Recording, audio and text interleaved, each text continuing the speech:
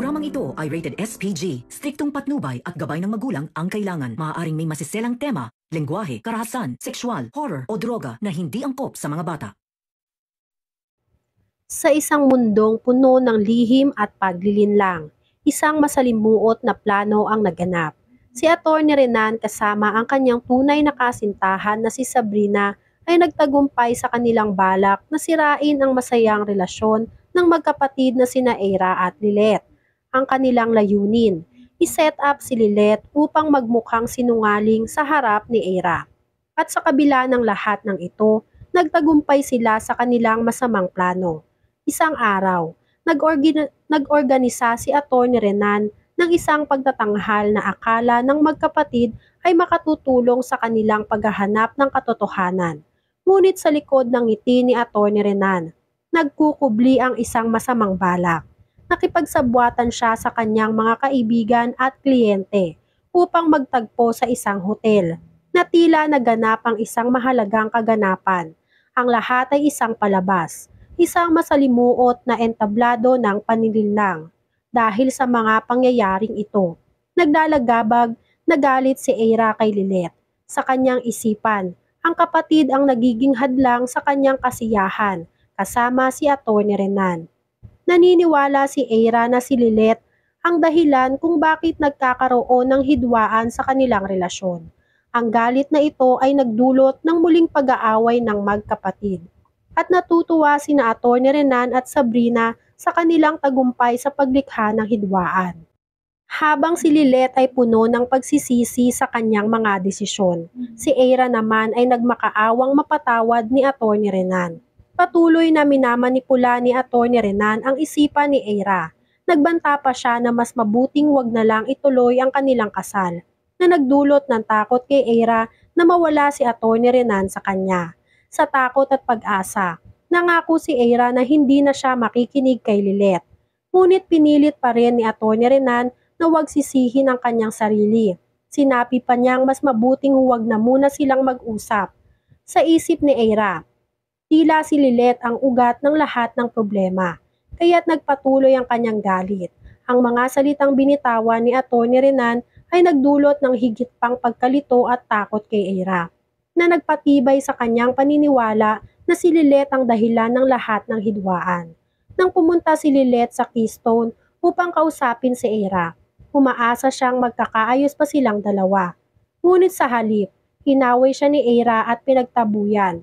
Ang mga salitang binitawan ni Eira ay tila nagpatibay sa paniwala ni Lilet na wala na siyang kapatid. Sa harap ni Lilet, pinili ni Eira si Atty. Renan. Naguluhan si Eira sa kanyang desisyon, sapagkat pareho niyang mahal ang kanyang kapatid at si Atty. Renan. Ngunit sa kabila ng lahat, mas pinili niya ang lalaki na nagdulot ng matinding sakit kay Lilet. Habang patuloy na kasama si Atty. Renan, lalong tumitindi ang galit ni Eira kay Lilet. Pinapaniwala siya ni Atty. Renan na isang malaking hadlang si Lilet sa kanilang pagmamahalan. Ang mga salitang ito ay nagdulot ng mas matinding sugat sa puso ni Lilet, na patuloy na nagmamasid sa kanyang kapatid na unti-unting naliligaw ng landas. Ang mga pag-uusap at pagtatalo ng magkapatid ay nagdulot ng mas malalim na hidwaan. At sa likod ng ngiti ni Atty. Renan at Sabrina, nagagalak sila sa kanilang tagumpay. Ngunit hindi papayag si Lilet na basta na lang mawala sa buhay niya si Eira. Sa kabila ng kanyang lungkot, nagmakaawa siya kay Eira na patawarin siya. Subalit bulag na si Eira sa pagmamahal kay Atty. Renan, na sa tingin niya ay tunay at tapat. Ang puso ni Lilet ay nagdurusa, habang unti-unting nawawala ang kanyang kapatid sa kanyang buhay. Sa huli, magsisisihan si Eira sa kanyang mga desisyon. Makikita niyang lahat ng ito ay isang masalimuot na pagtataksil na pinangunahan ni Atty. Renan at Sabrina, na ang tanging layunin ay makuha ang yaman ni Eira at maghiganti. Ang kanyang puso ay mapupuno ng pagsisisi at sakit, dahil sa mga pagkakataong hindi siya nakinig kay Lilet. Sa paglipas ng mga araw, unti-unting nagiging maliwanag kay Eira ang mga katotohanan. Ang mga palatandaan na kanyang pinabayaan ay nagiging mas maliwanag. At ang mga pangako ni Atty. Renan ay nagiging mas mga kasinungalingan. Sa kanyang pagninilay, na napagtanto ni Eira na ang tunay na pagmamahal ay hindi dapat nakabatay sa mga manipulasyon at kasinungalingan. Isang araw, nagdesisyon si Eira na harapin ang katotohanan.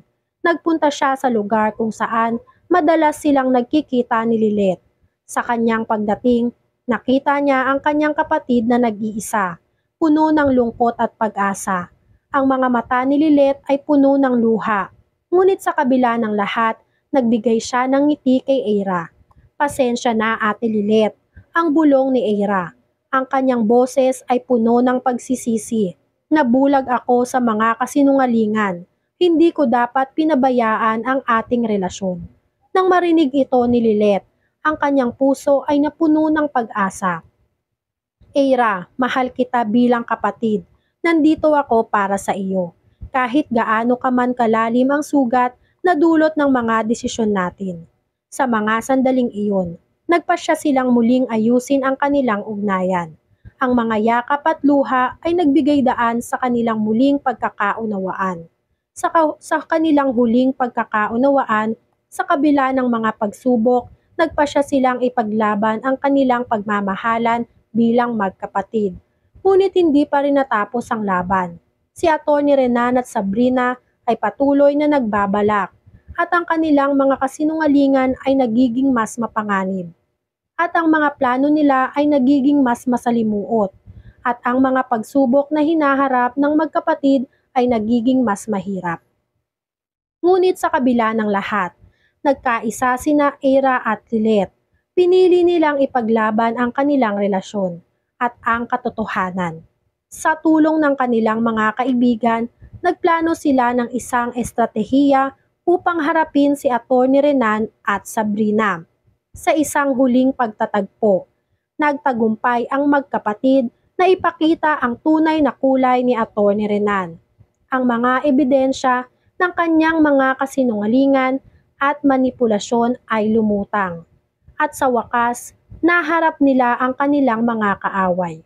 Ang laban na ito ay hindi lamang para sa kanilang yaman, kundi para sa kanilang pagmamahalan bilang magkapatid. Sa huli, nagtagumpay sila sa kanilang laban, at ang kanilang ugnayan ay naging mas matatag.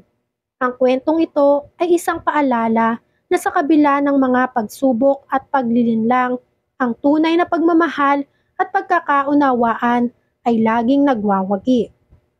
Huwag nating kalimutan ang halaga ng pamilya at ang mga aral na natutunan mula sa ating mga pagkakamali. Kung nais nyo pang matutunan ang iba pang mga aral mula sa kwento ni Eira at Lilith, huwag kalimutang mag-subscribe at i-like ang mga video na ito. Maraming salamat po.